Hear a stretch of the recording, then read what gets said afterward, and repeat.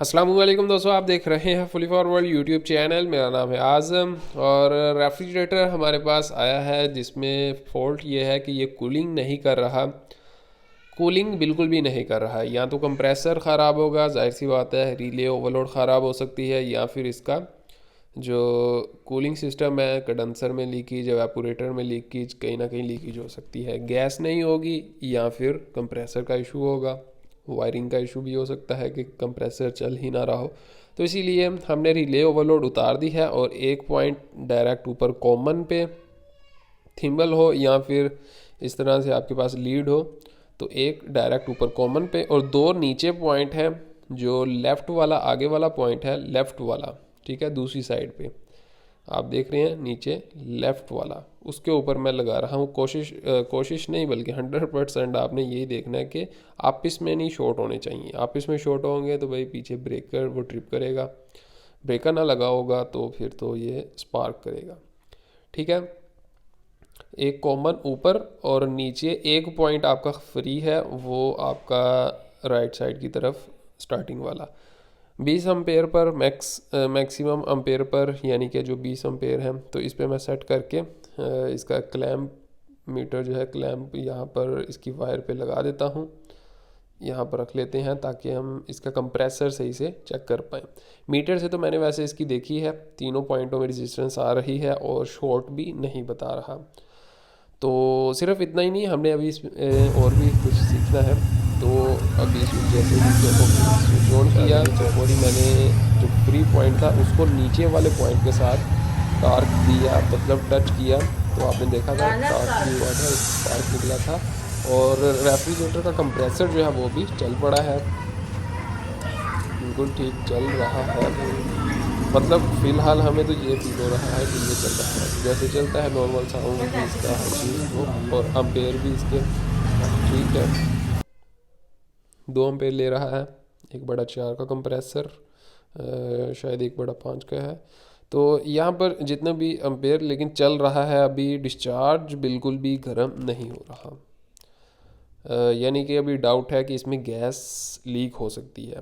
लेकिन सिर्फ gas leak ही नहीं हो सकती, इतना ही नहीं, कंप्रेसर का जो प्रेशर है पंप वो भी वीक हो सकता है। इसमें गैस फुल हो लेकिन कंप्रेसर वर्क अंदर से काम ही ना कर रहा हो, चल रहा है, मोटर तो इसकी ठीक है लेकिन पंप जो है वो प्रेशर ना बना रहा हो। अब वो कैसे हम ट्रेस करेंगे? ये जो इसका पंच है इसको तोड़ेंगे। ठीक है, बाहर से फिजिकली हमें ठीक नज़र आ रहा है, कहीं पर ऑयल नहीं है फिल्टर पर, और जो इसके सोल्डरिंग है टांके लगे हुए हैं, कहीं से भी हमें ऑयल नहीं नज़र आ रहा। तो इसीलिए हमें गैस बाहर से कहीं से भी लीकेज नहीं मिली। हो सकता है इंटरनल लीकेज हो, कंडेंसर, बॉडी कंडेंसर या एवापोरेटर। अभी कंप्रेसर सही है कि नहीं वो हम देखेंगे। अगर तो इसमें से गैस निकली तो मतलब कंप्रेसर प्रॉब्लम कर रहा था, क्योंकि डिस्चार्ज गर्म बिल्कुल भी नहीं हो रही।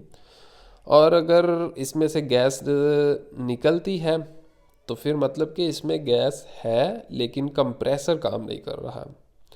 और ये हमने आइडेंटिफाई करना है इसके पंच को तोड़कर, क्योंकि अभी अभी तक बिल्कुल भी ऐसे नॉर्मल सा भी मतलब फील कुछ इतना ख़ास नहीं हो रहा। रिटर्न तो बात की बात है, जो डिस्चार्ज है, डिस्चार्ज गर्म होनी चाहिए फौरी जल्दी। स्टार्ट से हम चेक कर रहे हैं तो डिस्चार्ज गर्म नहीं हो रही। अभी फिर इसका फाइनली हम पंच तोड़ लेते हैं। पंच को हम प्लायर की मदद से मैं काट देता हूँ और देखते हैं कि भाई प्रेशर इसका निकलता है, गैस यानी कि निकलती है कि नहीं। सब उससे पहले हम कंप्रेसर को ऑफ़ कर लेंगे। ठीक है, कंप्रेसर हमने ऑफ़ कर देना है। ठीक है जी, कंप्रेसर ऑफ़ कर देंगे और ये पंच अब हमने तोड़ देना है। यहाँ से अगर गैस निकली तो पता चल जाएगा कि कंप्रेसर में सिस्टम में गैस थी, लेकिन एसी जो सॉरी इसका जो कंप्रेसर है वो काम नहीं। लेकिन यहाँ पर तो गैस बिल्कुल भी नहीं निकली। आप देखें यहाँ से अगर हम पंच तोड़ें तो इसमें से प्रेशर निकलता है, अच्छा खासा आवाज़ आती है।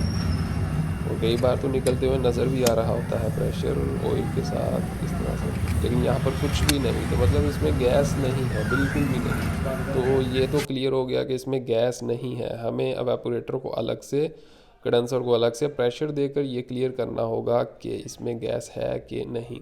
यहाँ से मैं एक बार फिर से कट हल्का लगा कर आगे से, ये देखें ये हल्की सी गैस निकली। अभी आपने देखा थोड़ा धुआं सा निकला, लेकिन गैस का फ्लो जो है वो बिल्कुल भी नहीं है, मतलब गैस जिसे बोलते हैं वो यहाँ पर नहीं है।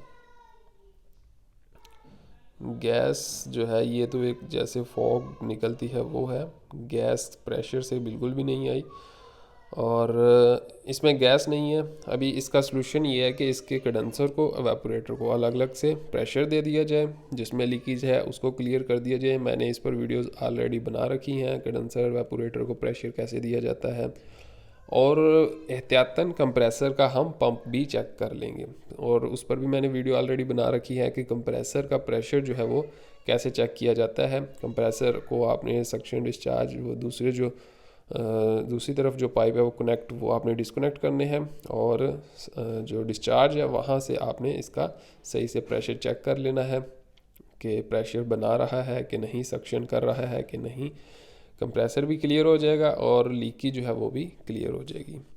आई होप कि आपको वीडियो से कुछ सीखने को मिला होगा। वीडियो अगर आपको पसंद आई तो वीडियो को लाइक करें, और इसी तरह की और वीडियोस देखना चाहते हैं तो फुली फॉरवर्ड यूट्यूब चैनल को इस वीडियो के नीचे रेड बटन पर क्लिक करके सब्सक्राइब कर लें, साथ घंटी के बटन पर प्रेस करके ऑल के नोटिफिकेशन पर क्लिक कर लें, ताकि आइंदा आने वाली वीडियोज़ का नोटिफिकेशन आपको मिलता रहे। मैं मिलता हूँ आपसे नेक्स्ट वीडियो में। Thank you so much. अल्लाह हाफिज़।